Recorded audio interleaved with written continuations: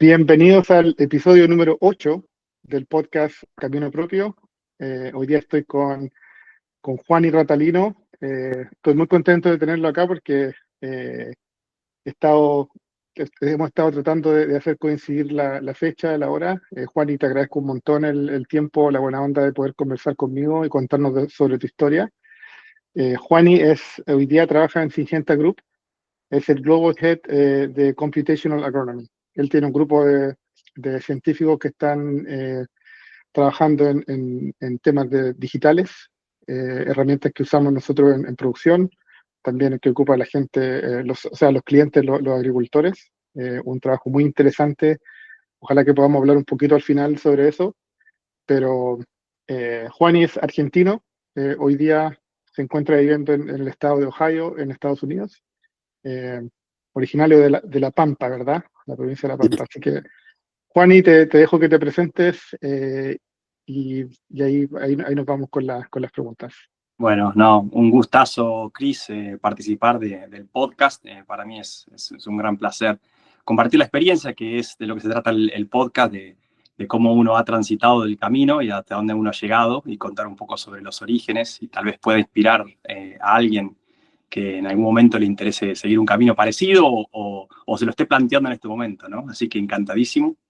No creo que haya mucho más para agregar sobre con lo que dijiste, o sea, tal vez expandir de que soy originario de La Pampa, es un estado que está en el centro de Argentina y mis orígenes, mis raíces vienen de la tierra, diría yo, porque fue donde me crié, digamos, mi familia de agricultores, originales de Italia hace 3 generaciones y fueron a Argentina, digamos, a buscar una nueva vida, ¿no? Y la vida, bueno, fue asociada al campo, que era lo que hacían en Italia, y para mí fue seguir una tradición, ¿no? El estudiar agronomía. Yo soy agrónomo por profesión y después yo diría que por casualidades, terminé haciendo mi doctorado en Buenos Aires, finalmente, bueno, trabajando en empresas de semilla y de agroquímicos, y bueno, la vida me trajo finalmente a Estados Unidos.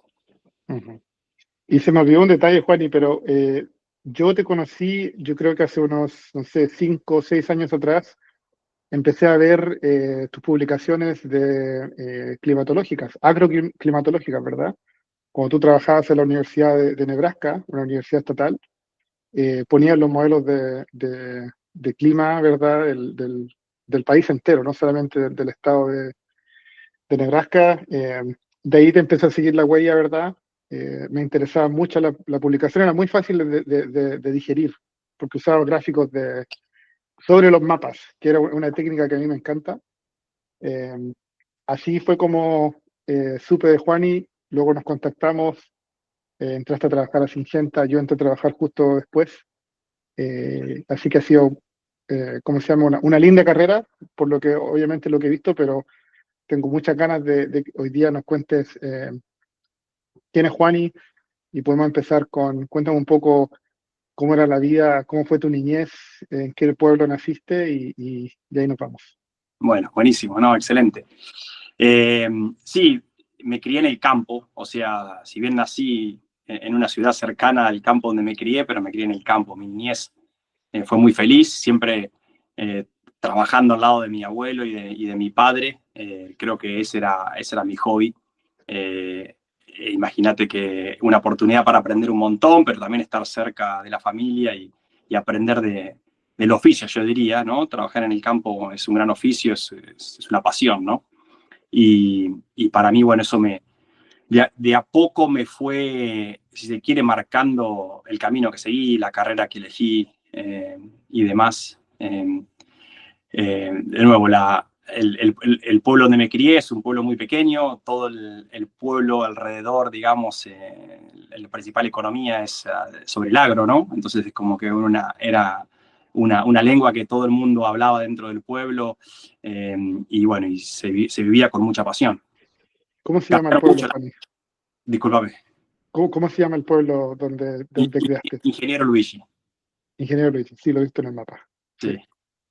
Sí, está ubicado en el norte de la provincia de La Pampa. Es increíble cómo, yo sí recuerdo mi niñez, Además de eso, en el campo vivían otras familias que estaban un poco la misma que mis padres, ¿no? Criando sus hijos, mientras trabajando y ganándose la vida, ¿no? Y bueno, después como todo evolucionó con la agricultura y las tecnologías y demás, y también la forma de vivir, la gente, o sea, esta trayectoria ocurrió en forma mundial, pero la gente se fue yendo del campo, ¿no? Nosotros fuimos uno de los últimos que nos fuimos del campo y ya volvíamos a trabajar, o sea, para vivir en el pueblo. ¿Por qué? En cierta forma también porque no había la posibilidad de ir al colegio, ¿no? Entonces, Claro. cuando uno comenzó a estudiar junto con mi hermana, era demasiado viaje ida y vuelta, ¿no? Entonces, los viajes de ida y vuelta ya lo hacíamos más que nada para trabajar, ¿no? Eh, Así que, bueno, un poco esa comunidad, esa comunión que había mucho entre la gente que trabajaba y vivía en el campo, se fue disolviendo en cierta forma, aunque te encontrabas con esas personas compartiendo en la escuela o en el pueblo, la cosa fue distinta, ¿no? A como cuando yo comencé, cuando era niño y todos esos recuerdos que uno tiene. Ir a las yerras, ir a las carneadas, muchas actividades asociadas a esa vecindad dentro del campo, ¿no? Como podrás ver, lo recuerdo con mucha alegría y con mucha felicidad, ¿no? ¿Tú a qué edad te mudaste hacia el pueblo? Y aproximadamente cuando tenía 9 años, eh, tuvo que ver con que uno le tocaba turno mañana, otro le tocaba turno tarde, de mi hermana y hacia mí, y era imposible. Entonces, bueno, ya tuvimos que hacerlo de esa forma, ¿no? Sí. ¿Te costó adaptarte a la vida del pueblo? No lo creo, porque fue fácil, porque en cierta forma siempre estuve en contacto con eso. Para mí era muy natural todo eso, ¿no? Así que no fue difícil, para nada. Tal vez más difícil fue, a lo mejor estoy saltando varias etapas, pero tener que mudarme a la gran ciudad para cuando tuve que hacer el doctorado, ¿no? Claro. Pero no, en esa etapa, en ese momento no. Tenía de nuevo mi familia viviendo en el pueblo también, entonces es como que no cambió todo demasiado y aún así estábamos en el campo haciendo cosas y demás, ¿no? Perfecto. El, la etapa cuando, si me puedes contar un poco, desciendo del campo, te cambias al pueblo, ¿verdad? Entras a un colegio eh, en el pueblo que me nombraste, ¿verdad? ¿Cómo era el esquema ese? En Chile te pregunto, porque en Chile nosotros solíamos ir al colegio de las 8 de la mañana hasta las 4 de la tarde, todo el día en la escuela, y eso después fue evolucionando y ahora se achicó, se cortó un poco Ujú. el tiempo, pero si me puedes contar un poco cómo era la dinámica ahí en la escuela en Sí, Argentina. no, buenísimo. Había turnos mañanas y turnos tardes, en los Ah, turnos perfecto. A eso te referías con el turno. Perfecto. Exactamente, perdón. Ah, ok. Tenían 4 o 5 horas de clases, o 5 horas de clases, arrancabas tal vez a las 8 de la mañana y terminabas a la 1, o empezabas a la 1 y terminabas a las 5 o 6 de la tarde. Colegios eran todos colegios públicos, por lo tanto todo el mundo iba al mismo colegio, lo cual yo siempre encuentro súper valioso, porque había muchísima diversidad, entonces te interactuabas con todo el mundo, conocías a toda la gente del pueblo, y eso para mí fue genial, fue una grandísima experiencia. En ese momento, obviamente, uno conoce simplemente lo que puede experimentar. El hecho de decir, che, bueno, ¿por qué hago este contraste? Porque sé que más de grande sabes que existen otras cosas como un colegio privado, ¿no? Y Claro. las ventajas que te da y las desventajas que a su vez tiene, ¿no? En ese momento uno ignoraba por completo, pero ahora mirando en retrospectiva, yo creo que fue una experiencia magnífica poder hacer ese tipo, tener esa educación en un colegio público que te da esas oportunidades, ¿no? De tener esa gran diversidad, ¿no? Claro. Igual para la gente que no conoce un poco Yo no he estado en La Pampa, pero sí he estado en otras provincias de Argentina del centro, ¿verdad? Lo que me llama la atención, yo estuve ahí en enero de este año. En el campo, bueno, aparte de que es muy vasto, ¿verdad? Muy grande, eh, no vive mucha gente hoy en día, pero las casas que estaban muy separadas de otras. Había mucha distancia física, ¿verdad? Entonces uno no... es como una vida un poquito más solitaria, más retraída de la ciudad. Eh, Creo que es, no sé, algo que no solamente en Argentina se ha perdido, pero yo creo que en otros países igual.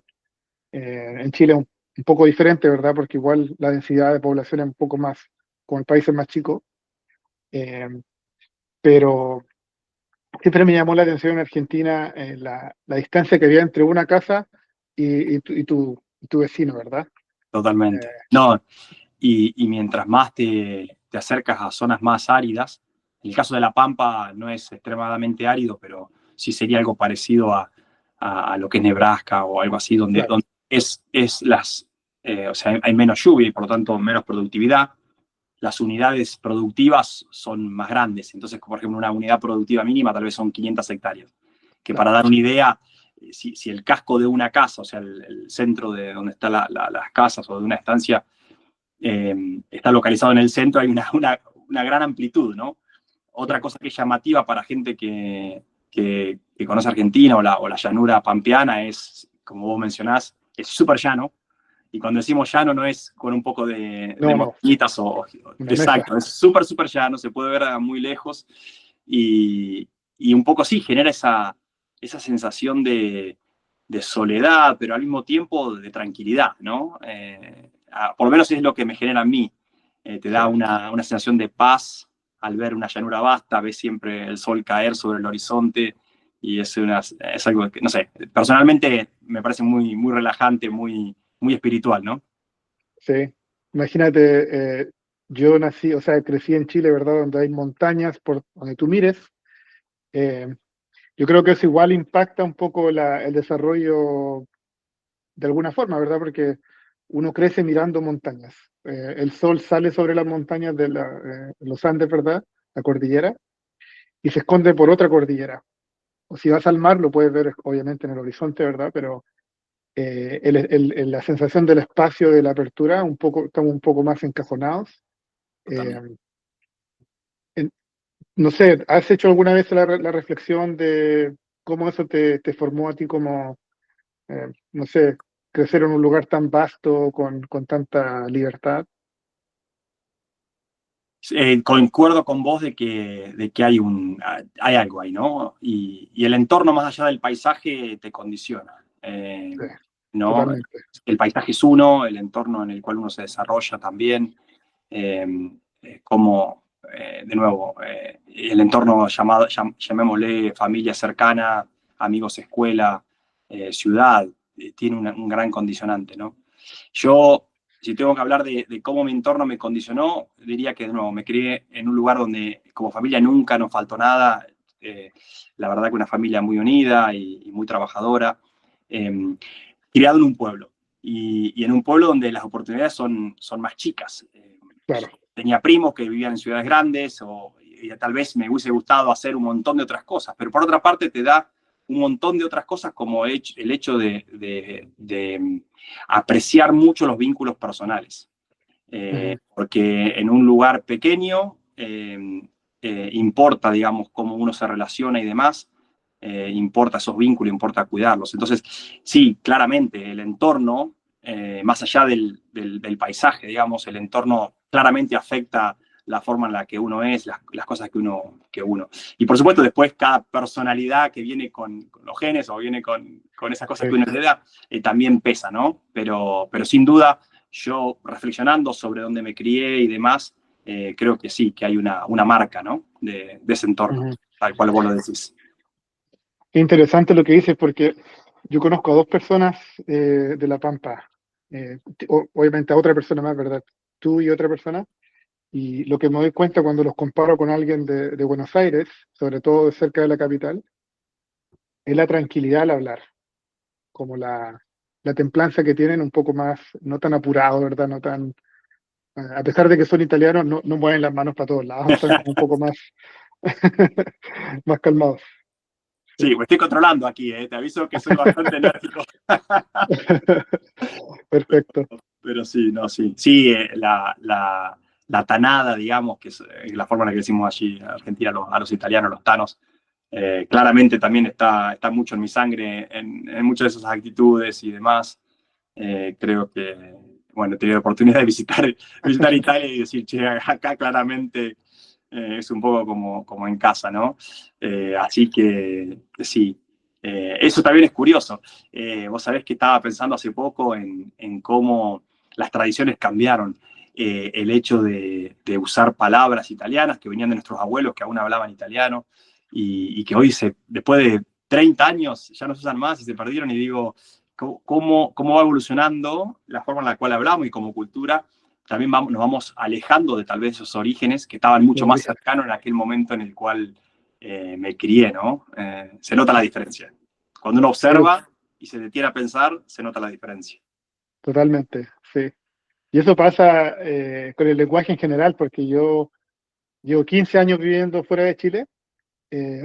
Cuando hablo con alguien más joven, de repente, yo tengo 39, ¿verdad? Pero no sé, mi hija tiene 20, ella vive conmigo ahora, pero ella me ha hecho muchas veces la observación de que yo uso palabras y ya no se usan en Chile.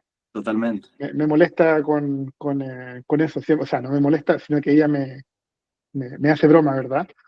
Que son palabras que se usaban cuando yo estaba en la facultad, en la U, ahora ya no se usan, cambió, ¿cómo se llama? Me quedé en el pasado con el lenguaje. Sí, sí, sí, sí. Y para uno que vive afuera lo notas más, ¿no? Porque es como que tu vínculo y tu interacción disminuye naturalmente, ¿no? Desarrollas otro vínculo, pero también no estás físicamente o presencialmente. Entonces, no incorporas nuevas palabras y tal vez te quedas con las de antes. Y volvés y decís, ¡ay, qué diferencia! Y cuando de nuevo lo pensás en mucho, en perspectiva, qué distinto que era. Pero no es de algo de lo que rezongo, honestamente. Ahí soy un amante de cómo las cosas van cambiando y también de analizarlas, cómo cambian y por qué cambian. Sí lo marco como que cómo ha cambiado eso, ¿no? Sí. Pero debo decir que tu acento intacto, así que por ese lado no has perdido el acento argentino. Juani, si me puedes decir o contar un poco, volviendo a la casa, ¿verdad? A tu niñez, ¿qué recuerdas? ¿Cuáles fueron los valores, los hábitos o enseñanzas que te marcaron en tu hogar o en tu entorno, con la gente que tú te relacionabas? Sí. Mirá, yo creo que una de las frases que fue muy importante para mí, porque la uso hoy en día, o sea, algo que repetía siempre mi padre y mi madre, que es que no importa lo que hagas, siempre hay que esforzarse y hacer bien y ser una buena persona, ¿no? Y lo pongo en el contexto porque a veces con mi mujer hablamos sobre eso, digamos, cuál fue el motor para hacer las cosas y a lo mejor luchar y ser luchador y las cosas que uno ha logrado. Y yo nunca tuve como una meta, por ejemplo, necesariamente el ir a la universidad. Bueno, en la universidad tal vez sí, de chico lo que sea, pero el hacer un doctorado, el hacer una carrera, tener una carrera profesional y demás, es como que esas cosas se fueron dando. Y la vida me dio la posibilidad de poder elegir, porque el poder elegir es un lujo, ¿no? Porque significa que uno siempre incluso puede volver a donde estaba si esa elección le parece que no fue la indicada y la correcta, ¿no? Y para mí siempre me acompañó desde pequeño esa frase que te mencioné antes, ¿no? Es decir, Sí. el valor es hacer las cosas que hay que hacer. Y esforzarse mucho y ser buena persona, y eso siempre fue la guía, ¿no? Sin duda eso funcionó bien en tu carrera, Juani, porque, ¿cómo se llama? Yo, como te dije hace un tiempo atrás, ya te seguía la huella, ya sabía más o menos lo que venías haciendo, trabajar en una universidad pública, haciendo lo que hacías, luego entrar a la industria privada, ¿verdad? No es fácil, hay que hacer el trabajo bien, el área tuya es bien científica, mucha precisión, ¿verdad? Bueno, un área muy pulcra, no sé si me entiendes. Uh-huh, uh-huh. Entonces, hacer las cosas a medias o dejar algo para no hacerlo como, no, eso no funciona. Entonces, eh, buena enseñanza te dejaron la frase esa que dijiste. A lo mejor la tienes en un cuadro en tu oficina. Sí, sí, tal cual, totalmente. Sí, Sí, me acompaña en el corazón siempre también, ¿no? sí, Pero sí. Y de nuevo, yo creo que eso es lo que más le trato de inculcar a mis hijos también, ¿no? Es lo mismo. Y al mismo tiempo, por supuesto, que que disfruten también, porque esa frase trae también por detrás una alta carga en Claro. el hecho de cumplir las expectativas, ¿no? Y muchas veces las expectativas que uno quiere cumplir piensa que están en un tercero, pero están en uno mismo, en hacer las cosas bien, en saber que uno las puede hacer mejor y demás. Pero bueno, uno también y no tiene que olvidarse que también es padre, que también es un ser humano, que también tiene que cuidarse a uno mismo, ¿no? Entonces, eso mismo es lo que trato de inculcarle a mis hijos al mismo tiempo. Mantener un buen balance es siempre complejo, ¿no? Pero al menos hacerle ver esas aristas, hacerles ver también esta vivencia, de nuevo, criándome en un lugar donde no había tanta abundancia, de nuevo, siempre tuve de todo y pude elegir, pero no había tanta abundancia como hay tal vez donde vivo ahora. Y Claro. para mí, enseñarle esos, mis padres no me tuvieron que enseñar eso, o sea, ya estaba frente a eso y tratando de sacar las cosas adelante como familia también, ¿no? En el caso de mis hijos tal vez es distinto. Vivimos en Estados Unidos, las cosas son mucho más fáciles de acceder. Es otro tiempo también, ¿no? Cada vez hay más cosas, incluso si le preguntas a un americano, las cosas son como antes, ¿no? Pero de nuevo, yo creo que tratar de enseñar esa frase que mencioné anteriormente, pero también tratarles de enseñar y ser agradecidos de lo que tienen, ¿no? Ujú. Eso también, lo otro, esa frase también es un recordatorio que no siempre es fácil hacer las cosas bien. Toma más esfuerzo, más tiempo. eh, Obviamente, mientras más lo haga uno, más natural sale, pero es como, no es siempre el camino fácil o el atajo a hacer las cosas bien de una, ¿verdad? Porque todos sabemos, ¿verdad? Hago algo a media, después en el futuro me va a costar. Sí. Totalmente. Sí, es tal cual.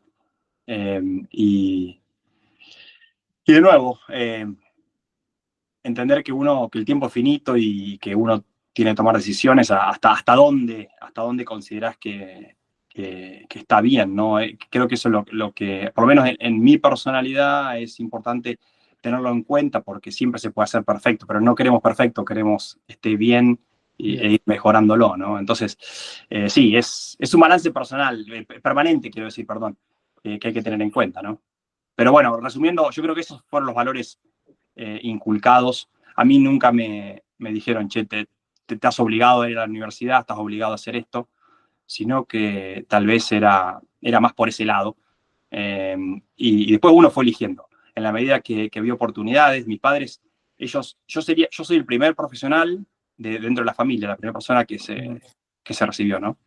Y a lo mejor ellos Perfecto. no podían enseñarme eso, a eso que pude conseguir a través de sus ejemplos propios, ¿no? Es decir, bueno, Claro. como padre le enseña a la profesora a su hijo, pero sí creo que fueron muy inteligentes al mostrarme cosas que otros hacían y decir, bueno, mira esto y fíjate si sirve, ¿no? Claro, claro. Juan, ¿y quiénes fueron tus primeros referentes o modelos a seguir eh, en tu etapa formatoria, ¿verdad? O formativa, digo. A ver, para mí siempre fueron mis padres, mi padre sobre todo, ¿no? Y después yo diría que del resto, eh, si bien uno con profesionales magníficos que uno se ha formado, ha interactuado, uno tiene mucha admiración, pero no necesariamente un referente. Me cuesta ver o me costó ver en algún momento que yo tenía que seguir el camino tal cual de otra persona, ¿no? Mm. Entonces, de nuevo, si bien para mí grandísima admiración porque he tenido la suerte de trabajar con personas eh, top en su disciplina y su área. No necesariamente para mí era una referencia a seguir necesariamente porque tal vez veía mi carrera armándola a mi manera, ¿no? En cambio, Mm. sí de mis padres, creo que sí buscaba seguir su carrera, ¿no? Que era crear una familia así como la que criaron. Claro. Y tú me dijiste, tú tienes una hermana, ustedes son dos hijos, eran dos hijos, ¿verdad? Tres. Tres. Ok, Pero la perfecto. etapa del campo ocurrió con mi hermana, que es un año Y tú mayor, no. y conmigo. Después, cuando nació mi hermano, que tenemos una diferencia de 8 años, ya estábamos en esa transición hacia mudarnos hacia el pueblo, ¿no? Ah, perfecto. Claro. Eh, y, y tu pasión por el campo, por el agro, obviamente tú creciste en eso, esa era tu realidad, pero en algún momento, cuando estabas decidiendo a qué te ibas a dedicar en el futuro, ¿verdad? ¿O qué ibas a estudiar? ¿Tenías otras opciones o era siempre bien fijo en la agricultura? Las opciones las tenía, nunca las consideraba, porque lo tenía bien claro desde pequeño, de que quería ser un ingeniero agrónomo. Yo quería ayudar a mi padre y a mi abuelo a tomar mejores decisiones agrícolas. Eh, Irónicamente, cuando fui aprendiendo sobre la profesión y la carrera, veía que primero muchas cosas se hacían bien, segundo que aquellas que no se hacían bien, había alguna limitación tal vez logística o tal vez de la complejidad en sí que no me hizo necesariamente poder implementar demasiados cambios, por ejemplo, y también porque estaba a la distancia, ¿no? Claro. Tal vez si volvía al campo hubiese cumplido ese sueño por el cual empecé a, a, a decidir tomar la carrera, ¿no? Que era administrar el campo, traer toda esa impronta. Pero bueno, la vuelta a la vida me llevó por otro lado. Después de hacer mi carrera de agronomía, comencé mi doctorado en Buenos Aires y me llevó por otro camino, ¿no? Mm. Pero de nuevo, lo que perseguía con esa elección, que para mí fue siempre claro que quería ser un ingeniero agrónomo, tuvo que ver, sí, muy asociado a lo que hacíamos como familia, el querer ayudar, el poder tal vez que mi familia pudiese tener acceso a información más técnica, más detallada, que de otra forma no la adquiría. El tipo de asesoramiento, por lo menos en mi zona, tenía más que ver con lo transaccional de te vendo un producto y la solución muy puntual, pero no algo Claro. más bien tal integrado. Y yo diría que eso es un poco el driver actual de mi vocación por hacer las cosas bien de nuevo dentro de lo que hago ahora, que hacemos en modelos agronómicos, que lo desarrollamos de una forma que los ponemos a escala a través de APIs, a través de software, ¿no? Claro. En el cual permite que la recomendación agronómica, las buenas recomendaciones agronómicas, tengan más acceso a más gente. Eh, Ujú. Como podrían ser mis padres, o sea, que mi padre y mi abuelo, que puedan acceder a través de la tecnología a una recomendación mejor, una recomendación agronómica que sea práctica, que sea sencilla, que ellos lo pueden implementar y que le ayude a tomar mejores decisiones. Sí, totalmente. Imagínate, la información es lo que da ventaja, ¿verdad? Pero tomar, tomar buenas decisiones con información precisa sobre qué variedades sembrar, qué productos aplicar, cuándo aplicarlos, ¿verdad? Es todo el agricultor está tomando decisiones todo el día, todo el año básicamente. Eh, pero me llama la atención, Juani, ¿de dónde nace la pasión por tu área específica? Por tu área es como remote sensing, eh, es como agricultura más digital, ¿verdad? O más de precisión. ¿Cuándo, ¿cuándo nace eso? ¿Cuándo te das cuenta tú que te gusta más la parte computacional? Eh, si me puedes contar un poquito esa parte, cómo fue tu primera exposición a ese tipo de tecnologías y por qué te llamó tanto la atención. No, buenísimo. Creo que fue una construcción, porque de donde vengo, lo primero era más lo más llano, lo más tangible, ¿no? Como se daba una recomendación era un poco de boca en boca Claro. o tal vez un papel o lo que fuera, ¿no? Pero bueno, siempre tuve interés por la tecnología en general y luego por necesidades me fui metiendo porque esto no se enseñaba en agronomía en aquel entonces, me fui metiendo en lo que era codificar para poder hacer las cosas más escalables, más reproducibles. Y yo diría que donde termino ahora, donde estoy ahora, que tiene que ver con un área más de IT y digital, donde eh, termina siendo algo que me gusta mucho, no tanto por el hecho de lo IT digital, sino más bien por lo que te puede ofrecer, que es la posibilidad de escalar, es la posibilidad de que eso llegue, ¿no? Es como que es más el fin lo que me atrapa que no necesariamente el método, ¿no? Que Claro. por supuesto, tengo mucho para aprender y estoy aprendiendo mucho y he aprendido mucho con este tiempo, ¿no? Entonces uno se va haciendo más experto en ese área, pero siempre teniendo bien en claro el fin. Para mí, por ejemplo, más que buscar que la recomendación agronómica o el modelo sea el más preciso del mundo, tiene que servir para una lógica, tiene que servir para una solución, para un desafío puntual que tiene ese agricultor, ¿no? Porque si no, estás desarrollando algo por el gusto de la ciencia en sí. Y no terminan en necesariamente nada. La solución tiene que ser simple, tiene que atender a una necesidad, tiene que ser práctica de implementar. Y bueno, lo IT digital te permite, como te digo, escalarlo, te permite que eso llegue de esa forma. Y eso es lo que me atrapa, ¿no? Dentro de esta área que es como la combinación de agronomía, si se quiere, data science, perdón, ciencia de datos, Datos. y lo que tiene que ver con ingeniería, que es la parte que tiene que ver con el desarrollo de software, ¿no? Ujú. Sí, la parte práctica que le hiciste hincapié, muy importante porque en el caso tuyo con el background, con tu experiencia creciendo rodeado de agricultores, ¿verdad? Eh, las cosas tienen que ser prácticas, sencillas. Obviamente hay un modelo robusto atrás que, no sé, está prediciendo algo o ayudando en alguna toma de decisión, pero se tiene que destilar en algo que sea bien digestible. ¿Tú veías que a lo mejor tu padre o otros agricultores de La Pampa eh, tenían, ¿cómo se llama? Me contaste que las transacciones eran bien, o sea, no transacciones, pero la interacción con agrónomos era como bien transaccional, papel, o tienes que hacer esto, te hago esto, pero ¿cómo era la parte del servicio, el seguimiento de la toma de decisiones?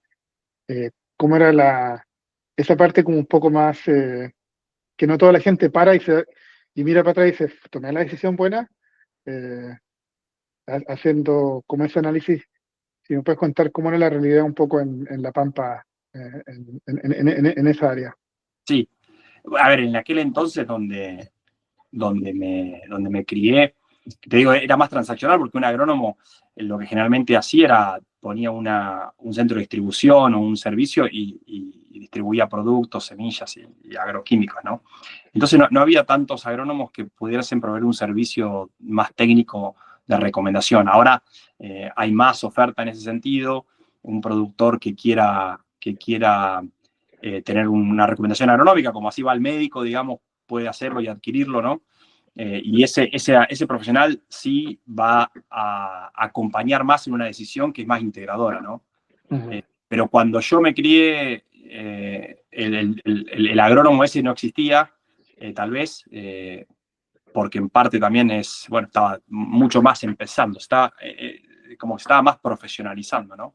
Claro. Eh, bueno, hoy por hoy, claro, por supuesto, sigue habiendo ese dos tipos de. Bueno, es más amplio que eso, pero dentro de esos dos servicios que proveen agronómicos va a estar aquellos que sí, que se encargan más de asesorar en la venta, o sea, cuando te venden un producto, de cómo usar ese producto, que fue lo que describí primero, y también está quien te puede brindar un servicio agronómico que es mucho más integral, ¿no? Y ayuda a la toma de decisiones. Productores muchas veces delegan esa toma de decisiones en esos agrónomos y por supuesto que hay muchos agrónomos buenos, ¿no? Las Claro. herramientas digitales, en general, hay algunas que pueden asistir al productor, pero el productor tiene muchos otros problemas que resolver y preguntas que se hacen. Entonces, muchas veces herramientas digitales para las que uno desarrolla son tal vez para esos que dan esos agrónomos que integran esa mayor información, ¿no? Ujú. Muchas veces en lo que uno hace piensa de que la solución va directa al productor y a veces no es así. Va indirectamente al productor a través de una persona que lo asesora, que puede venir de un centro de distribución o puede venir de un asesoramiento técnico, ¿no? Y eso es una distinción muy grande porque en las cosas que hacemos, el tipo de preguntas que se hacen son completamente distintas. Ujú. Cuando vos manejás y tenés que tomar decisiones sobre un conjunto amplio de lotes, que es como lo llamamos a las parcelas que tienen el mismo manejo, Claro. tal vez los problemas son más de optimización o de priorización, que es que cuando es sobre resolver algo puntual en un lote en particular, que es donde generalmente uno piensa que es donde opera el productor, ¿no? Entonces, bueno, como ves, detrás de esa lógica, detrás de eso, es importante entender a quién estás sirviendo con lo que vos desarrollas. ¿Quién es tu cliente? ¿Cuál es el desafío que tiene? ¿Cómo lo ayudás en su día a día a esa mejor y más fácil toma de decisiones, ¿no? Claro. Claro. Y Juani, cuando entraste, tú me dijiste, ¿verdad? Tú tenías desde chico ya sabías que ibas a ser un ingeniero agrónomo, tenías decidida tu primera opción, ¿verdad? Eh, Cuando entraste a la universidad, eh, ¿dudaste en algún momento, te quisiste replantear un poco a lo que ibas o seguías firme en el objetivo de ser un agrónomo? Sí. Nunca dudé de que quería ser un agrónomo. Eh, Tuve la gran suerte de que me apasiona estudiar y aprender, entonces la carrera me fue relativamente fácil, yo diría.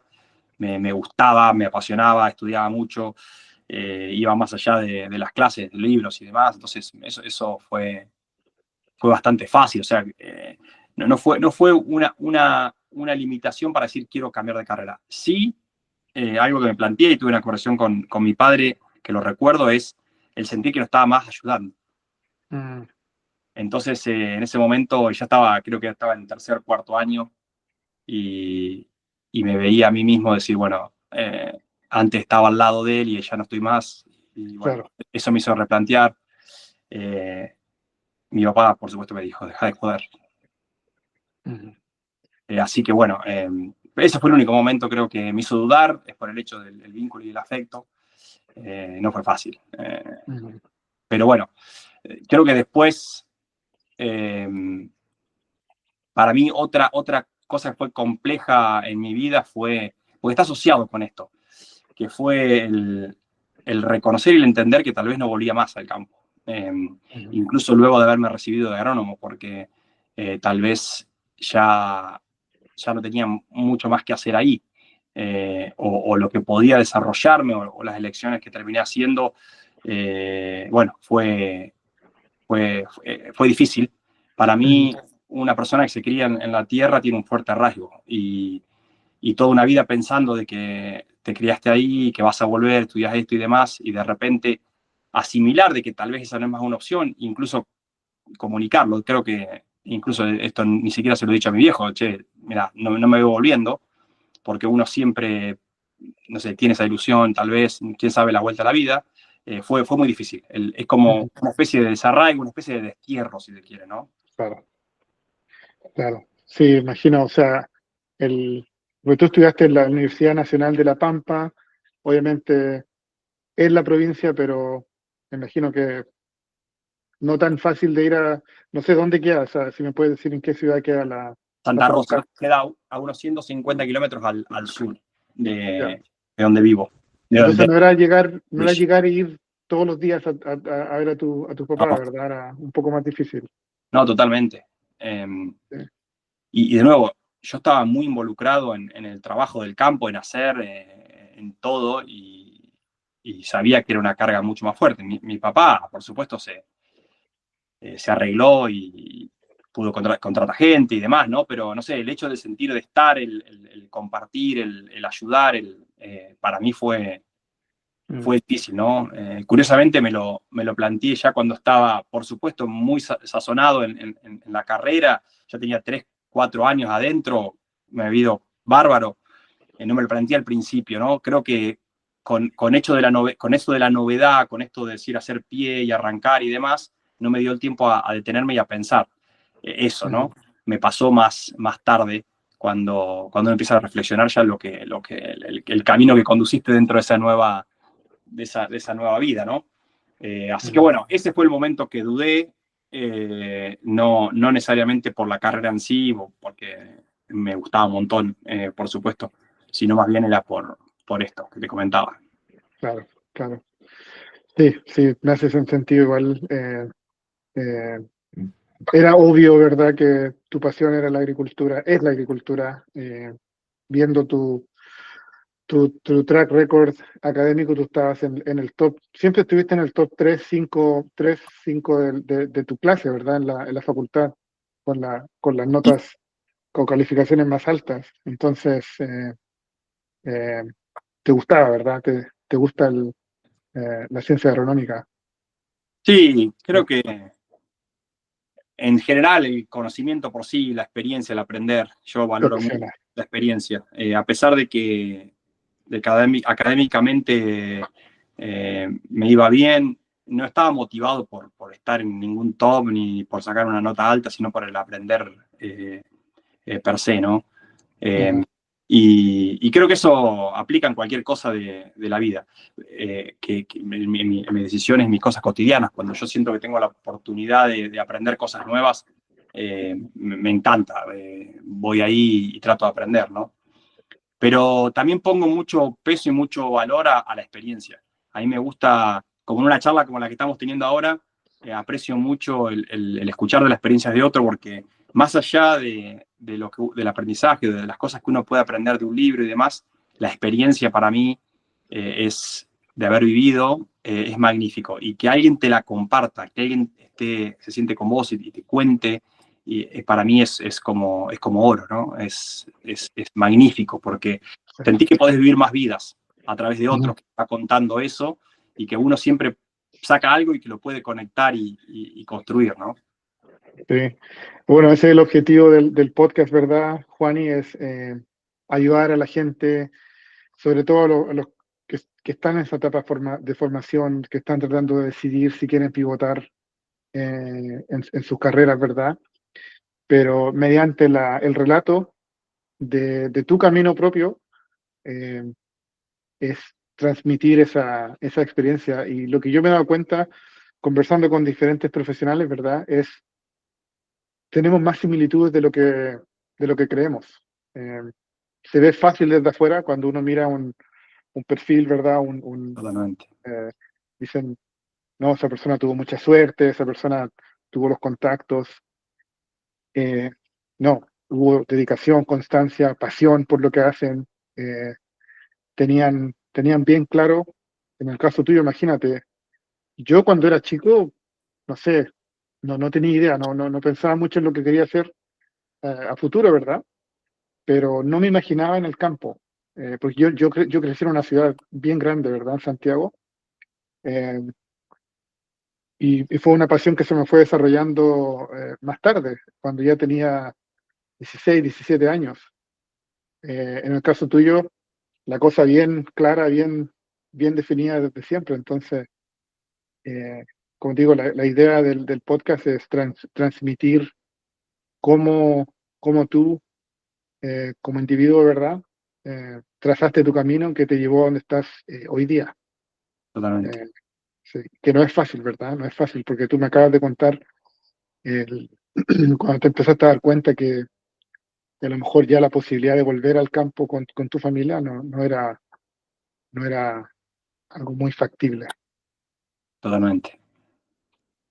Juani, ¿cómo fue el salto de la provincia a la ciudad de la furia, a Buenos Aires? Tal cual. Hay una buena canción, ¿no? De Cerati. Sí, sí, eso es estéreo.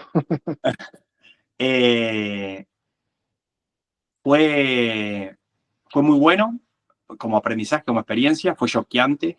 Yo siempre digo que, porque bueno, un poco vos lo comenzabas a decir en la introducción, ¿no? La diferencia entre la gente del campo y la gente de la ciudad. Como, como, si bien todo el mundo es buena gente, yo tengo los mejores amigos, son porteños, tal vez el cuidado por los vínculos y demás, son más frontales tal vez, porque de nuevo, en una comunidad más pequeña esas cosas no, son más cuidadosos y demás. Entonces para mí eso fue un shock primero ver cómo por ejemplo, la ciencia misma se discutía con una pasión y sin tapujes, ¿viste? Directo. Y para mí fue, Dios mío, se están peleando, ¿qué está pasando aquí? Para mí eso fue algo, digamos, como un primer shock, ¿no? Bien grande, en el entorno académico en el cual me desarrollé. Me ayudó a desarrollar piel gruesa, ¿no? Sí, Donde claramente esas personas no estaban discutiendo sobre me gustás, no me gustás, sino sobre la ciencia per se. El foco era lo que se estaba discutiendo, no necesariamente la persona, ¿no? Entonces, bueno, de la misma forma que uno te hacían críticas sobre lo de uno, ¿no? Entonces, estar tranquilo, desarrollar un poco de piel gruesa y demás. Después, bueno, la ciudad en sí te daba muchas más posibilidades que la que tenías en el pueblo, ¿no? Entonces, en ese sentido, me parece una buena experiencia. Pienso que para cualquiera que vive en una ciudad grande, en cualquier parte del mundo, todas las ciudades se parecen bastante, y entonces también te da aprendizajes para entender y para relacionarte también con gente que viene de ciudades grandes, ciudades más pequeñas, entender, digamos, cuáles son, cómo viven, cómo se vive, cómo se anda más rápido, de nuevo, las ventajas y las desventajas, si se quiere, de un lugar u otro. Para mí fue una experiencia magnífica, que me ayudó a también tomar decisiones hoy, de decir, bueno, yo no me veo con mi familia criándola en una ciudad grande. Sí me parece que me gustaría que mis hijos en algún momento, si es su elección, tuviesen una experiencia en una ciudad grande, como yo la tuve, pero de nuevo, creo que habiéndome criado en un pueblo pequeño, donde toda la gente se conoce y demás, me parece que es más fácil, al menos, para criar nuestros hijos, ¿no? En un lugar que es más parecido a ese entorno que a una ciudad más grande, ¿no? Creo que me volvería loco, por todo lo que viví también, ¿no? Pongamos en contexto, ¿cuántos habitantes hay en Ingeniero Luigi? 5.000 habitantes. 5.000. ¿En Santa Rosa? En Santa Rosa hay 100.000. En ese momento había 120.000. 120.000. Y en Buenos Aires Buenos son Aires, 13 millones. ¿cuántos? 13 millones. 13 millones. Claro. O sea, es una locura la Mucho. diferencia, ¿verdad? Lo dijimos hace un rato atrás, ¿verdad? El ambiente te forma, ¿verdad? El medio te forma. Ahí hay un ejemplo claro, ¿verdad? La gente que crece en una ciudad de 13 millones, obviamente va a ser muy diferente en temas de relaciones interpersonales con alguien que crece en una ciudad de 5.000 personas, ¿verdad? Totalmente. Eh, Pero yo nunca tuve el temor ni el pánico al ir a vivir en una ciudad grande, porque algo que no aclaré, porque siempre fue mucho hablando del campo de mi padre Juan Carlos.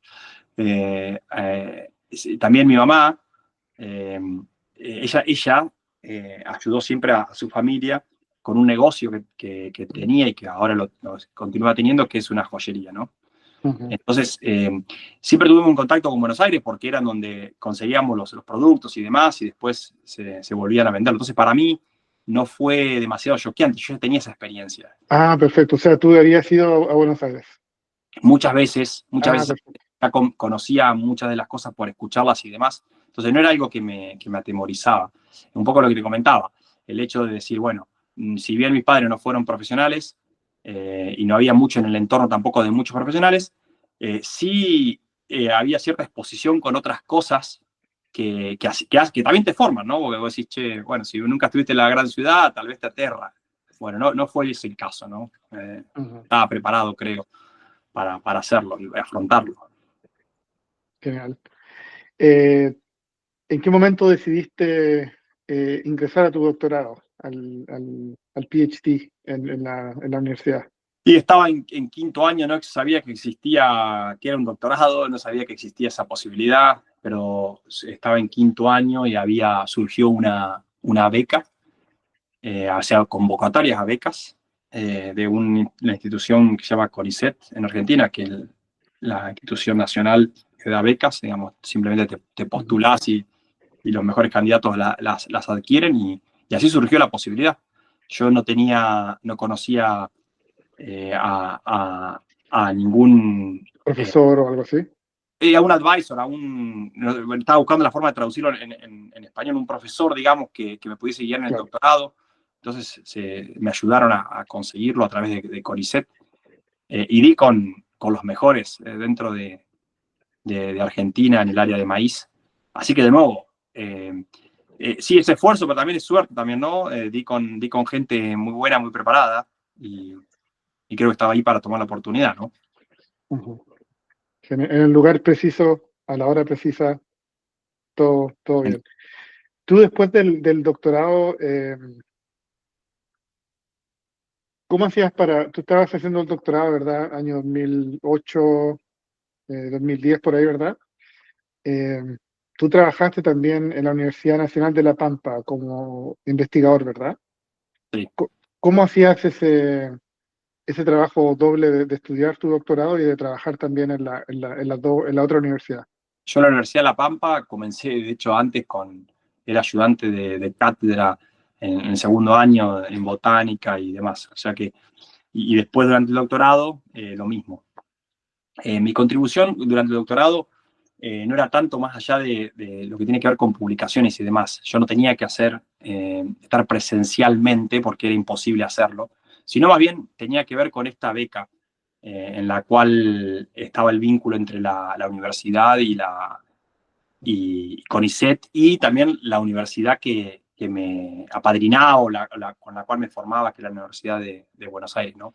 Entonces, mis contribuciones fueron sobre todo en hacer mi doctorado y en publicar. Después, dentro del doctorado, sí tenía, además de hacer mis experimentos y los cursos y escribir la tesis, sí tuve un rol de ayudante también, dando clases para producción vegetal, una experiencia magnífica, buenísima. Me aterraba porque, de nuevo, el hecho de decir, che, estoy a la altura de poder, es el tiempo de estos estudiantes que están ahí escuchando, Sí. así que bastante interesante en el hecho de decir, tengo que tener una buena preparación y prepararme bien para cada una de las clases, y aunque cada año se repetía en la clase, era siempre el mismo nivel de tensión o de ansiedad para decir, bueno, dar lo mejor, ¿no? Así que sí, el doctorado es una experiencia bastante única, diría, porque a diferencia de la carrera, que vos decís, bueno, son 33 materias y vas rindiendo y la vas pasando, a mí yo sentía de que no sabía dónde estaba la luz al final del túnel, ¿no? Perfecto. ¿Qué había que hacer para poder lograrlo, ¿no? Y eso te hace generar o aprender a generar un poco de paciencia, si se quiere, y manejar un poco esa ansiedad, manejar un poco esto de la incertidumbre al mismo tiempo, porque no está muy claro el camino, la trayectoria, ¿no? Ujú. Hacer un poco la carrera por uno mismo fue así, fue un contraste grande respecto de la universidad. Y de nuevo, como decía antes, el hecho de levantarse en la noche y pensar de que, no sé, te venía una tormenta, con la piedra te mataba todos los experimentos y se te iba a demorar tu doctorado, ¿no? Así que todos esos miedos y esas ansiedades, por supuesto que también uno las pasa durante el doctorado, ¿no? Y hay que decir que La Pampa es un ambiente bien duro para la agricultura, ¿verdad? Sí, Hay que, pero hay yo que tener los experimentos lo hice en Buenos Aires en Buenos Aires. y Perfecto. y en Pergamino también. Eh, ya no estaba en La Pampa, por lo tanto no tenía que viajar tanto, lo cual es lógico porque fueron duros los experimentos. Dormía poco, diría, por 4 o 5 meses y no había fin de semana. Entonces, bueno, rindió su fruto, pero bueno, fue una experiencia, fue duro, ¿no? Sí, Sin sí, convicción no es tan fácil lograrlo, ¿no? Porque es demandante, ¿no? sí. Sí, imagino. ¿Y ¿Tú te veías como profesor, Juan, y en algún momento pensaste en seguir una carrera académica en la facultad? Eh, yo creo que ese pensamiento siempre pasa por la cabeza y sobre todo, como te decía antes, creo que el pensamiento que uno pasa es si te ves como tal persona, haciendo la carrera Ujú. como tal persona. Entonces, es una cosa que uno se lo plantea. Pero yo creo que lo que siempre, digamos, y en la academia estuve 2 veces, o sea, es decir, Claro. cuando me refiero a academia es el doctorado, yo diría que es una, donde está la posibilidad de continuar tu carrera como profesor o como investigador. Después pasé a Monsanto a trabajar como líder técnico de semillas y demás.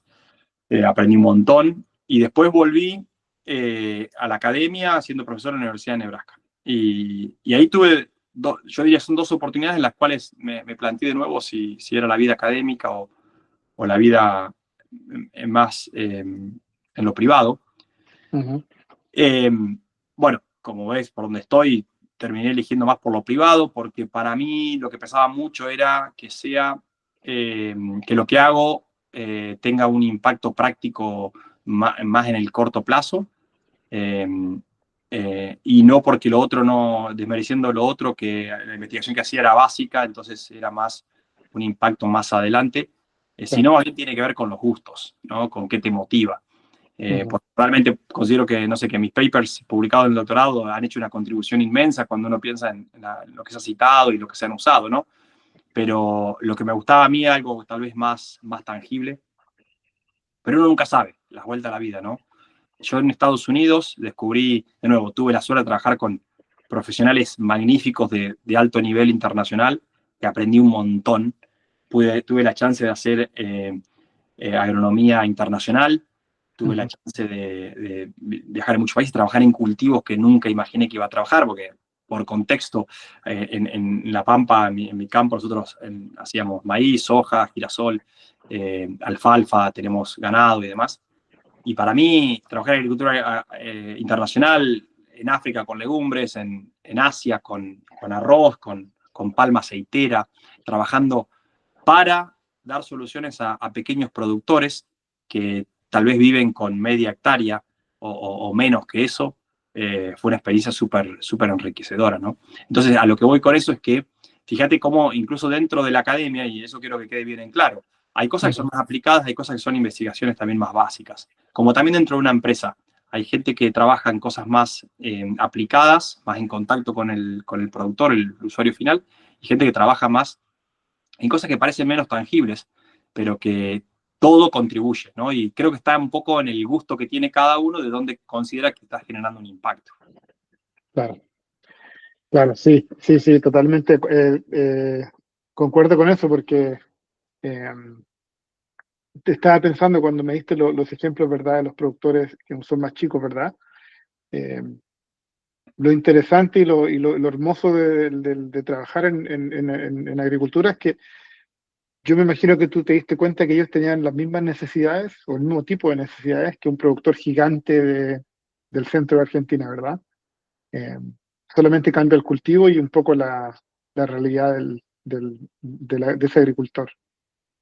Sí, a la larga, la solución agronómica termina siendo la misma La y misma. lo que es curioso, y a ver, para mí lo que es magnífico de mi rol actual, ya en la universidad, la posibilidad de esto, de Nebraska, perdón, la posibilidad de trabajar en agricultura internacional, pero en lo que hago ahora, es que los principios agronómicos funcionan para cualquier lugar y para Claro, cualquier lugar del mundo. Después y sirve por lo tanto para cualquiera de estos pequeños productores o los productores más grandes. Lo que sí, por supuesto, para que le pueda llegar a uno o a otro, tenés que desarrollar la tecnología o la forma en la cual le llega tiene que ser diferente, como que el vehículo tiene que ser diferente. claro, Pero claro. la agronómica detrás es la misma. Y eso es lo que hace que si uno desarrolla las cosas de forma inteligente, lo puede hacer escalable y adaptable. Pero Claro. a tu punto, sí pasa por ahí. Ahora, lo que sí, hay un gran contraste, es que cuando entre esos dos tipos de contraste de productores, por ejemplo, lo socioeconómico impacta mucho más, muchas veces a la hora de resolver un problema, que a lo mejor lo económico per se. El acceso a inputs, por ejemplo, por más que esté la solución, si no tienen acceso, es difícil. O si no tienen financiación, o si no tienen la capacidad técnica. Entonces, por supuesto que podés llegar con la solución y podés decir, che, esto es súper preciso, pero tal vez no lo terminan implementando porque hay muchas cosas anteriores que limitan la adopción. Y eso es lo que tiene que ver con la adopción de tecnología, ¿no? Ujú. Muy interesante, sí. Conocer las diferentes realidades, cuáles son los vehículos que hay que desarrollar para llegar a los diferentes mercados, ¿verdad? O diferentes clientes, que esa es parte del trabajo que hace hoy día. Pero antes de llegar a ese punto, Juaní, tú estás trabajando en Monsanto, ¿verdad? Sales de tu doctorado, entras a trabajar a Monsanto, una multinacional gigante, ¿verdad? En Pergamino, en Buenos Aires. Eh, ¿En qué momento se te pasa por la cabeza o ya se empieza un poco a materializar el salir de Argentina? Si me puedes contar como esa fase cuando te dices, mira, me fui de lejos de la casa, ¿verdad? De La Pampa, pero ahora hay otro escalón, otro nivel de desarraigo que va a ser un poquito más fuerte. Cuéntame cómo fue esa fase de la salida de Argentina. Totalmente. Es un proceso, por supuesto, y donde mi mujer, Agostina, eh, fue fundamental en eso, el perseguir un sueño, ¿no? De hecho, para ser completamente honesto y justo, mi decisión de ir a Buenos Aires también tuvo que ver con ella. En ese momento había comenzado a andar de novio. Y fíjate cómo esas decisiones, porque suena todo como que la carrera es así y es profesional y lo decidís por Claro. esta lógica, pero en realidad pasan todas esas cosas en la vida también, ¿no? Que uno termina eligiendo una cosa u otra. Para mí, ir a Buenos Aires, por ejemplo, es una forma de estar cerca de ella también. Más allá de que, de nuevo, para hacer un doctorado realmente te tiene que gustar, tenés que dedicarle y Sí, demás. sí, Había un match ahí, por supuesto, ¿no? Pero quiero decir que lo otro también es parte de la decisión. Y a la hora de ir a Estados Unidos, también involucro en eso de que mi mujer y yo pasábamos tardes yendo a caminar y diciendo esta oportunidad de irnos afuera, nos gustaba tener una experiencia en Estados Unidos o Europa. Y, y en un momento llegó el momento en el cual dijimos, bueno, hagamos algo. Si los dos queremos hacer esto, entonces veamos qué opciones hay y al primero que le salga una oportunidad, vamos. Sabemos que es difícil que toque una oportunidad para los dos en el mismo momento y el otro se adapta. Entonces surgió esta grandísima oportunidad dentro de la Universidad de Nebraska para hacer esto y bueno, tomamos la decisión juntos. Yo creo que algo y esto comparto la experiencia por si a alguno le sirve, a mí me sirvió, fue que si bien la oportunidad me había salido a mí, la decisión final estaba en ella, de mi mujer, porque tal vez quien iba a estar ocupado iba a ser yo en hacer las cosas y demás, y quien se iba a quedar tal vez en la casa buscando la forma de encontrar su camino, iba a ser la otra persona. Entonces, esa fue como un acuerdo, decir, está en vos la decisión, más allá de que la oportunidad está ahí. Y también de común acuerdo decir, bueno, no vamos a resignar la familia por el hecho de perseguir algo que es puntual. Si vemos que no sirve, nos volvemos. claro. Y eso tiene que ver para mí con esta posibilidad de elegir. Los dos teníamos un muy buen trabajo en Argentina. No fue fácil hacer la decisión porque era arrancar de cero. Para mí, que yo ya entraba en una carrera más profesional, donde tal vez delegaba más el trabajo y manejaba más un equipo que estaban haciendo cosas, para mí volver a la universidad implicaba, por ejemplo, a volver a hacer cosas, que siempre me Claro. gustó hacerlo, pero fue como desentrenarse y entrenar de nuevo, darse cuenta que tenía que aprender nuevas cosas para poder desarrollarme. Y a lo mejor yo estaba viendo mi carrera más hacia ese rol de management dentro de Monsanto, ¿no? Entonces, fíjate que, y respondiendo a tu pregunta, a la hora de elegir, este momento de elegir Estados Unidos, todas esas cosas pesaron. El decir qué es lo que uno deja, el pensar en qué es lo que uno gana, y pensar de cuándo es el mejor momento, el poner el foco en lo familiar, en esto, de nuevamente, este pensamiento sobre volver o no volver al campo, o sea, saber que te alejas más. Y bueno, yo creo que tomamos la mejor decisión porque a la larga uno traza su camino, como te comentaba anteriormente, y hoy estamos felices, estamos muy bien, y nunca descartamos la opción de volver a Argentina. ¿Por qué no? ¿No? Uno nunca sabe. Claro. Sí, claro, totalmente, siendo los dos, tú y ella de Argentina, entonces está la familia, está el origen. Eh, Obviamente quería hacer un hincapié ahí, pero la Universidad de Nebraska es espectacular, o sea, una de las mejores en temas de agronomía, ¿verdad? Un programa de mejoramiento genético muy potente en el país. Hay mucho profesional de gran calidad que sale de la facultad. Pero la duda que tengo es ¿por qué Nebraska? ¿Cómo se te ocurrió o cómo llegaron acá? Porque yo vivo en Nebraska, ¿verdad? Cerca de la universidad, pero es un estado que pasa muy desapercibido. La mayoría de la gente no piensa en el estado, Sí. pero está en medio del país. Es como claro, la versión norteamericana de La Pampa. Totalmente. Yo siempre uso ese ejemplo, siempre, digamos, Sí, yo vengo sí, de Nebraska, del Nebraska de Argentina, ¿no? sí. Eh, a ver, el mundo termina siendo bastante chico y creo que todos nos conocemos. Me contactó Patricio Grassini, que es un profesor en la Universidad de Nebraska, que él tuvo como mentor a Ken Kazman, dos profesionales tremendos, tremendos. Y si bien yo no los conocía a ellos directamente, a través te conocés, digamos, en eso, y justo había un proyecto que estaban dando, se necesitaba a alguien que hiciera hacer un postdoc. Después ese postdoc se convirtió en un Research Assistant Professor, una posición de eso. donde mi foco estaba en research, pero fue así, digamos, increíblemente, o sea, es pequeño el mundo a pesar de que no nos conocíamos, te conocías a través de otros, ¿no? Y, y bueno, realmente en agricultura internacional, Nebraska es el lugar para estar. Sí. Entonces, era como profesionales magníficos, una universidad muy, muy bien conocida, tiene una muy buena infraestructura y demás, y en proyectos tremendos, que fue la invitación que tuve a trabajar en eso.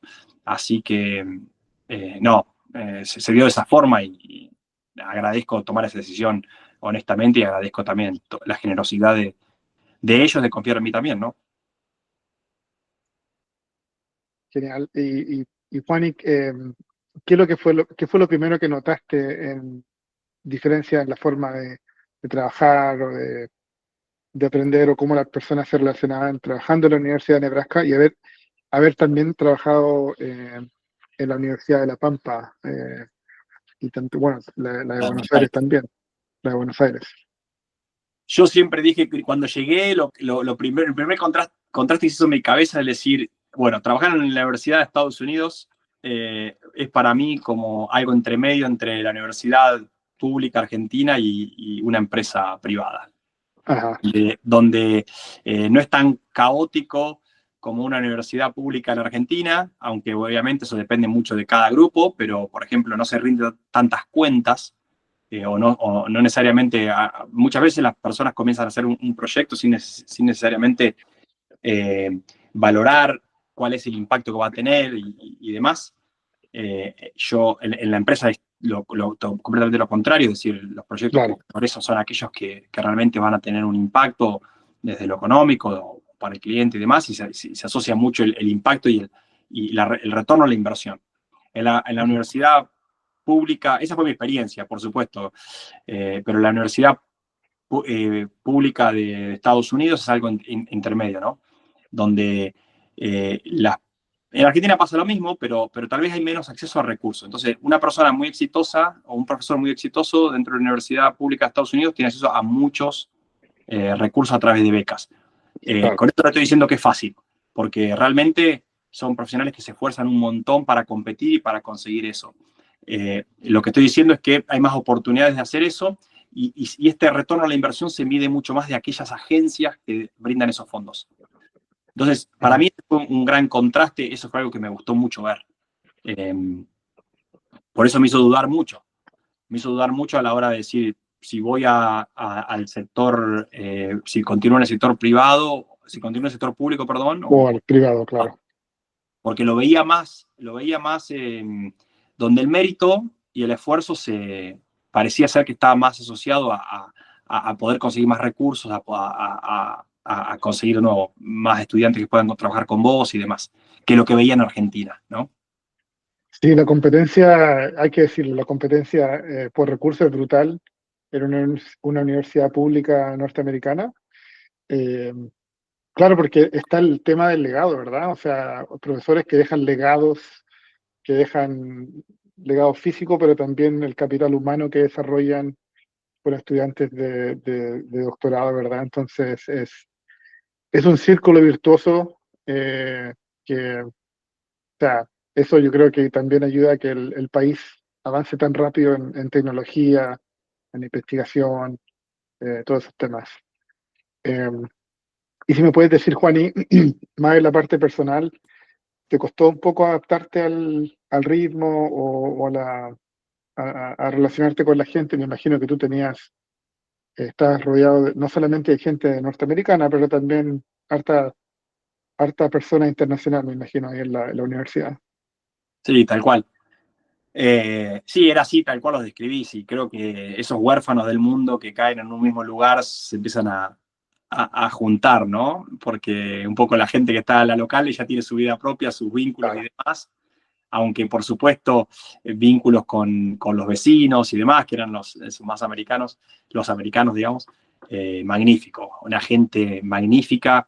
En Nebraska, de nuevo, es un estado muy parecido a lo que es La Pampa, y por lo tanto sentía muchas similitudes y gente que vos decías, gente buena, gente que se nota de corazón, abierta, si bien no tan abierta necesariamente a como uno podía pensar desde la ideología o la diversidad que vos ves en una ciudad grande, ¿no? Para hacer ese contraste, pero tiene un corazón enorme, abrirte sus casas, el estar presente, digamos, ese sentido de comunidad, que me gustó mucho verlo.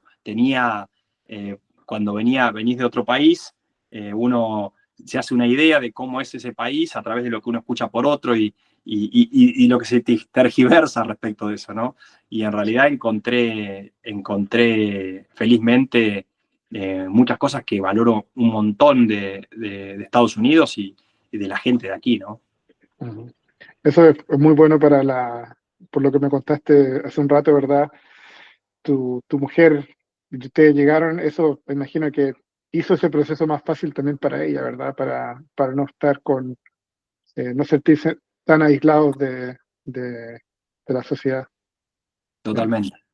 No, totalmente. Eso ayudó mucho. De nuevo, son estudiantes internacionales, pero también, sí, la comunidad y demás. No fue fácil. Ahora mi mujer, y quiero hacer un párrafo aparte para eso, si me permitís, Sí, sí, obvio. porque fue, digamos, yo estoy contando mi historia, pero mi historia es la historia de la familia, ¿no? Sí.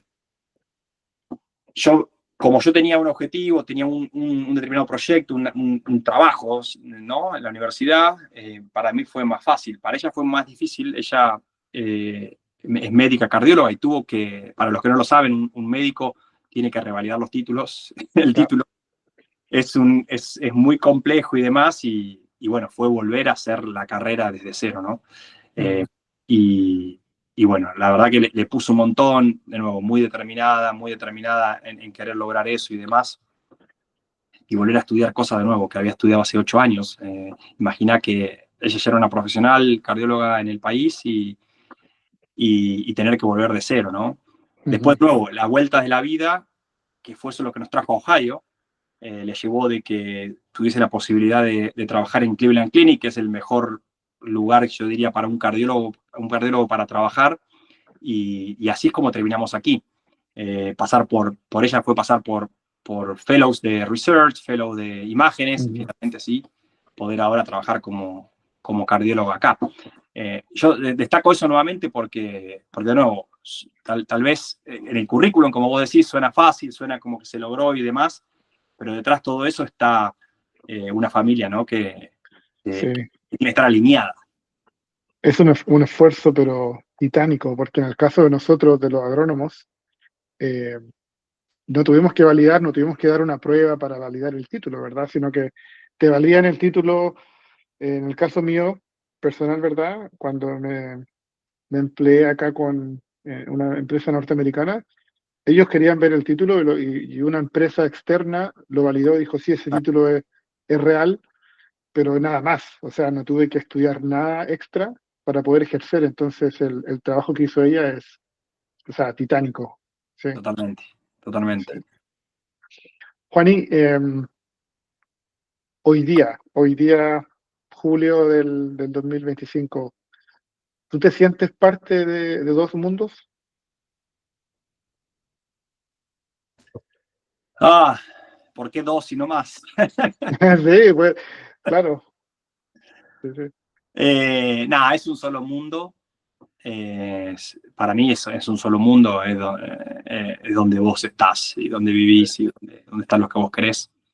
Sin lugar a duda, tal vez si yo como interpreto la pregunta, la reformularía en el sentido de te sentís muy distinto al Juani de Argentina, al Juani de aquí y demás, y la verdad que sí, digamos, ¿no? Te sentís que no sos ni de aquí ni de allá, Claro. porque de nuevo es una construcción. Entonces, Porque ya son casi 10 años, ¿verdad, Juani, que estás acá? sí, 10 años, exactamente. 10 años, sí. Entonces te sentís raro allá cuando volvés y te sentís raro acá porque vos no conectás con las cosas que, si vos decís, cómo se llega a vivir tal cual se vive aquí, se llega a través de una niñez y demás, cosa que no tenés. Entonces, claro. esa desconexión. Y ahí entonces ahí lo asocio con lo que vos decís, son dos mundos. Ujú. Sí, sentís que no sos ni de aquí ni de allá, pero tampoco es que como que me lo pregunto mucho, honestamente. Lo que me pregunto es si soy feliz donde estoy, si somos felices donde estamos, si es el lugar donde tenemos que estar y demás. Eso es más bien lo que me pregunto, ¿no? Ujú.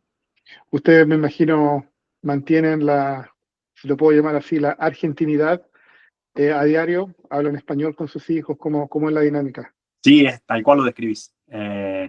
Primero porque si hablásemos en inglés con ellos, les enseñaremos un muy mal inglés,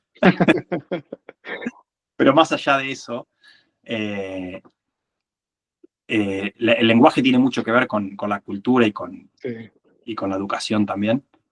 Para mí es gratificante ver a mis dos hijos hablando perfecto español y hablando perfecto inglés. Siempre les digo, ya va a llegar un momento en el cual les va a avergonzar nosotros hablando en inglés tal vez, pero me avergüenza hablar en español porque realmente es de donde vienen y lo que tienen es un regalo, ¿no? sí, Entonces, para mí lo que es importante, porque esas situaciones pueden existir, ¿no? Uno ya conoce que cuando hay alguien es distinto por algún motivo, la niñez hace que lo señalen o demás. No estoy diciendo que nos pase, pero uno se anticipa a eso diciendo, tenés que ser fuerte, tenés que entender de dónde venís y estar orgulloso de eso, ¿no? Entonces, nada, en la argentinidad se vive un montón, el español es súper importante también para que se puedan comunicar con los abuelos que no hablan inglés. claro, claro. Entonces, en ese sentido también es algo que queremos conservar y demás. No hacen Spanglish, no mezclan palabras y demás. Un poco creo que le hemos puesto foco a eso Sí, para que lo puedan internalizar, ¿no? A veces sale, a veces no, porque conozco muchas familias que a lo mejor no les sale necesariamente eso. Nosotros hemos aprendido por otras familias que pasaron por la experiencia, que sufrieron eso de decir no se pueden comunicar con los abuelos. Y dijimos, bueno, nunca nos tiene que pasar. En casos de ujú, español, por más de que hasta nosotros nos perjudicamos el hecho de la posibilidad de poder aprender de nuestros hijos, honestamente, claro. pero lo más importante son ellos, ¿no? Así que sí, se vive de esa forma, ¿no? Y siempre tratando Vale. de ir hacia allá, al menos una vez al año, y que la familia venga también, así que lo mantenemos muy, muy activo. Genial, genial.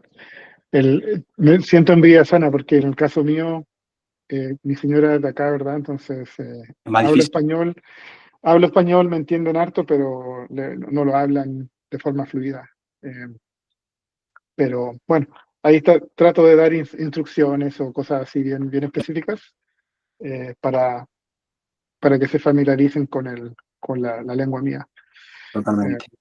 No, yo Juan, conozco ejemplos muy puntuales de familias de argentinos, familias que los dos hablan español o de otras nacionalidades, pero que hablan español y que aún así para ellos los hijos no lo han podido hacer y tiene que ver con, de nuevo, a cada familia es un mundo y a veces no es tan fácil, ¿viste? Porque claro. va a la escuela de demasiado tiempo, lo que fuere, ¿no?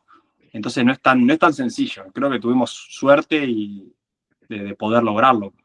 Pero bueno, no es fácil, Ujú. como vos lo mencionabas. Es difícil. Juan, y para ir terminando, la última pregunta. ¿Cómo defines tú el éxito profesional? Ah, Te hago la pregunta, mira, de todo lo que hemos hablado, tu trayectoria, lo dije al principio, hoy día eres Global Head of Computational Agronomy para Syngenta Group, empresa multinacional, ¿verdad? Con presencia en todos los continentes básicamente, donde hay agricultura, no en la Antártida, ¿verdad? Pero con presencia mundial, eh, liderando un equipo multidisciplinario con, si me recuerdo, Juan, y tú tienes gente en Europa, en Estados Unidos y en Brasil. Ujú, y en Brasil. ujú. Eh, Doctorado en el área, ¿verdad? Ingeniero, tiene la experiencia de ser agricultor. eh, pero si alguien o sea, como lo estoy haciendo yo, ¿verdad? ¿Qué es para ti el éxito profesional? Eh, mm, Yo para mí me defino, o las cosas que me gratifican a mí desde lo profesional y en cualquier punto en el cual de mi carrera que trabajé, tiene que ver con el aprender y con el dar ese aprendizaje, o sea, poder compartir, ¿no? Y ayudar. Para mí se trata de eso. Para mí el éxito asociado a poder encontrar una solución, y muchas veces la solución se encuentra, la poder resolver vos mismo, eso aprendiendo y demás, pero más que nada tiene que ver con encontrar esas conexiones, encontrar esa dinámica en la cual puedas unir las partes y hacer que ya sea gente, colaboradores, puedan trabajar mejor y puedan incluso aprender en esa trayectoria, y aprender juntos, ¿no? Para mí ese es el éxito, porque como te dije antes, no es un éxito el llegar a tal cosa, no es en el transitar. Y si en ese transitar vas aprendiendo, vas ayudando, te sentís valioso a la hora de ayudar y dejar algo para alguien, una enseñanza, facilitarle la vida a alguien, para mí eso es éxito, ¿no? Y después de donde llegues para mí es anecdótico, ¿no? Son decisiones, son oportunidades, son situaciones en la vida. No es nada más que eso. Tienes corazón de profesor, Juani. ¿Vos decís? Sí. Tienes la vocación. Disfrutaba mucho, la verdad, dar las clases y demás era algo que disfrutaba. Me estresaba de nuevo para tratar de estar a la altura, pero lo disfrutaba mucho, ¿no? Creo que es lo que me gusta que a mí también me den, ¿no? Como te decía antes, el que te compartan experiencias, el que te tiendan una mano, el que te enseñen otro camino, para mí tiene mucho valor. Y el poder darlo y sentir que ayudas a alguien en eso, es donde yo encuentro el éxito o la satisfacción. No sé si el éxito, sino la satisfacción, ¿no? Y eso es lo que persigo. Es casi como encuentras también la felicidad, es ayudando, aprendiendo. Eso te va llenando el interior, ¿verdad? Sí, Es lo que entiendo. Sí. totalmente. Sí, pasa por ahí, ¿no? Juan, y me encantó la conversación. Ojalá tuviésemos más tiempo, pero tú estás en el horario este, allá son las 7:40 p.m. Tu familia te debe estar esperando, así que te doy las gracias, Juan, y me encantó la conversación. No, un Ojalá que gustazo. podamos seguir conversando. Y impresionante la trayectoria. Nada, feliz, ojalá que a la gente le haya gustado la conversación y hayan podido sacar cositas ahí de tu camino. No No, sé si qué más. Sí. para mí es un gusto y de nuevo te felicito un montón por esta iniciativa. A mí me parece que lo que haces es magnífico. Al menos algo que yo valoro mucho, porque se aprende mucho de todas estas experiencias y demás, y que tengas la iniciativa de hacerlo, me parece que es muy noble y es muy bueno. Así que nada, te felicito, mucho éxito también. Encantado de visitarte en Nebraska cuando los carabineros se crucen, ahí estaremos, Sí. mostrás un poco los experimentos y demás, el trabajo, Sí. y charlaremos un poco más, ¿sí? Cuando andes por acá, me avisas. Por Acá supuesto. tenemos la granja de investigación, tenemos los plots por todo el estado, Totalmente, harta tecnología. totalmente. Y demás, está de más decir que si vienes, nos podemos comer un asado Exactamente. a la chilena, sí, a la Invito yo. chilena. Si querés, lo hacemos asado argentino en vez de asado chileno. No, ¿te has comido un asado chileno antes o no? O No, solamente, ahí lo vamos a hacer. ¿es bueno?